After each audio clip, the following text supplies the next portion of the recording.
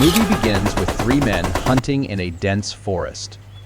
As they track their prey, Dale separates from the group to line up a shot. Suddenly, a bald man steps out from the shadows, shoving Dale into a deep ravine and finishing him off.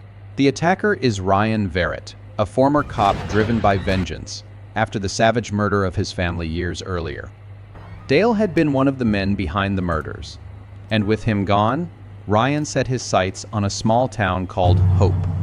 The town was under the iron grip of a ruthless motorcycle gang, so feared that even the sheriff wouldn't challenge them. But Ryan didn't care.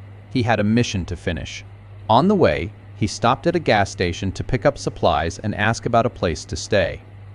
The innkeeper, Kirby, told Ryan about the town's only motel, owned by a young woman named Darcy. With most outsiders steering clear of Hope, her place rarely had any guests. When Darcy met Ryan, she was surprised by his boldness in showing up in such a dangerous town. But Ryan was unfazed. He calmly told her he had unfinished business to settle. Meanwhile, FBI agent Frank was coordinating with his team to capture Dale, a dangerous fugitive wanted for murder and multiple violent assaults. Just as they were laying out their plan, another agent rushed in with breaking news. Dale had been found dead. The story then shifted to a chilling flashback of Ryan's past, revealing the days when he still wore a police badge. In that harrowing memory, Ryan was celebrating with family and friends when a gang of criminals burst in, opening fire without warning. Panic and chaos swept through the crowd as bullets tore through the air, claiming the lives of many, including Ryan's loved ones. Behind the carnage was Drake Santiago, the merciless gang leader, orchestrating the massacre as revenge against the police force that had once locked him away. Fueled by hatred, Drake turned his vengeance toward the families of the officers, determined to make them pay.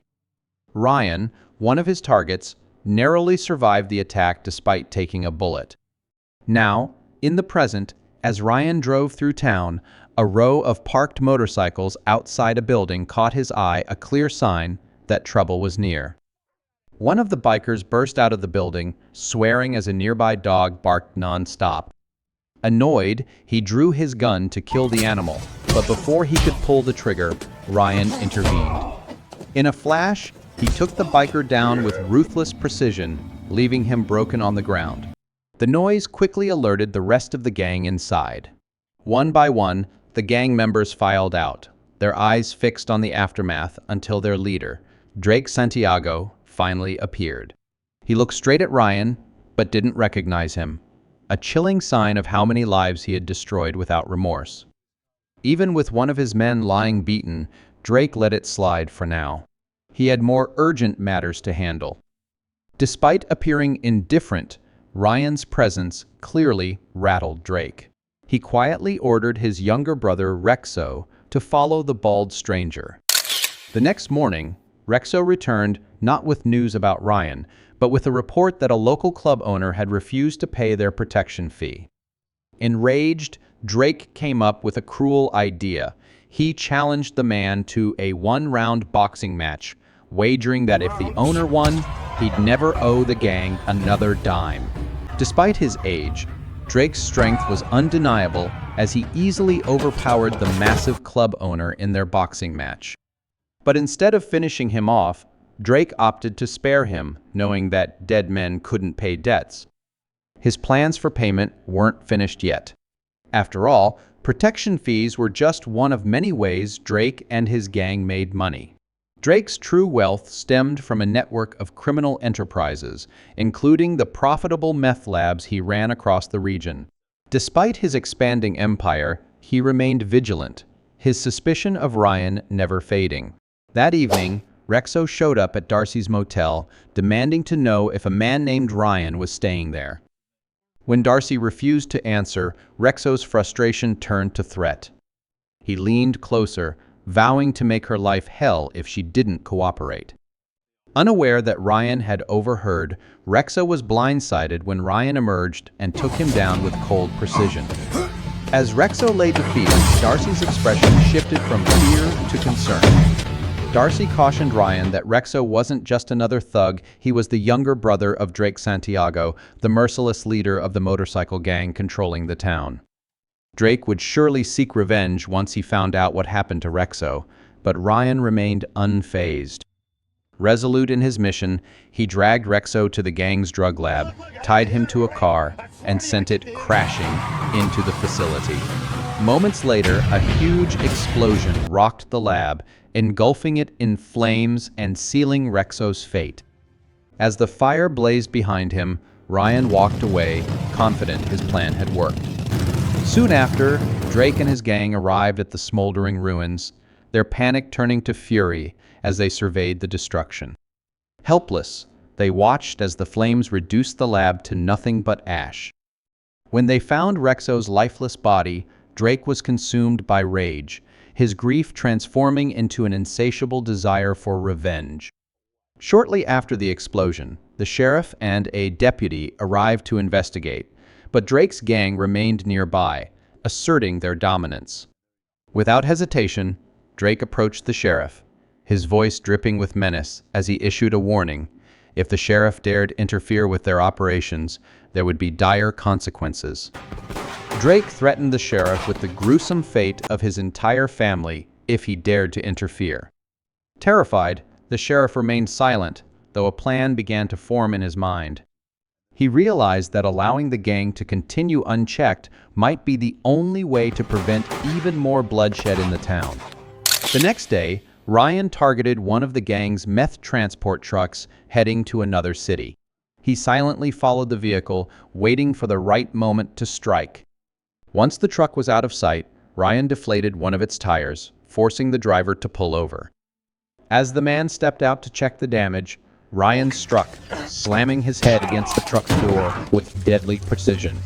Without hesitation, he rigged the vehicle with explosives and stepped back, watching as the truck erupted in a fiery explosion, turning the gang's cargo into nothing but ash. A gang member witnessed the explosion and immediately reported it to Drake. Upon learning the truck had been carrying a large shipment of meth, Drake's fury exploded. This was a massive financial blow. Consumed with rage and thirsting for revenge, he vowed to find the culprit. His suspicions quickly turned to Ryan. To confirm his hunch, Drake ordered his men to capture Kirby and bring him to the gang's hideout. At the hideout, Drake demanded Kirby dig into Ryan's past to uncover his true identity. The hunt for revenge had begun. If Ryan was behind the attack, Drake wouldn't hesitate to kill him. Terrified and with no other choice, Kirby reluctantly agreed. That same day, he began his investigation, starting with Ryan's car parked near the motel, hoping to find any clues about his past. As Kirby searched, Ryan unexpectedly emerged from the motel and caught him in the act. Quickly masking his anxiety, Kirby offered an invitation, suggesting they grab a drink at his nearby house. Ryan, however, wasn't easily deceived.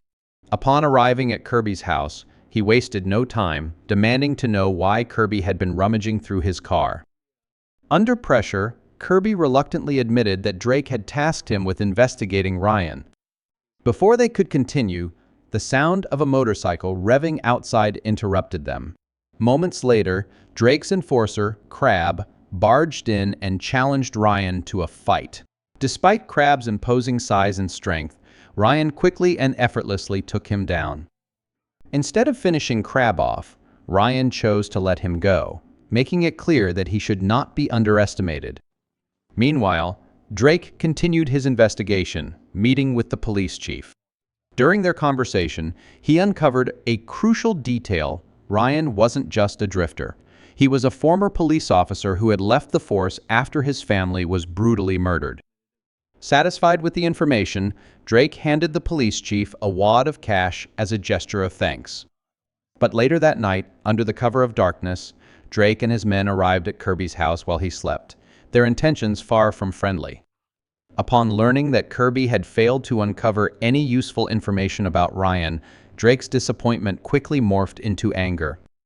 As punishment, he ordered Crab, one of his most brutal enforcers, to handle Kirby. The next morning, Ryan found Kirby's lifeless body. Knowing Drake's gang was behind it, he knew it was time for action.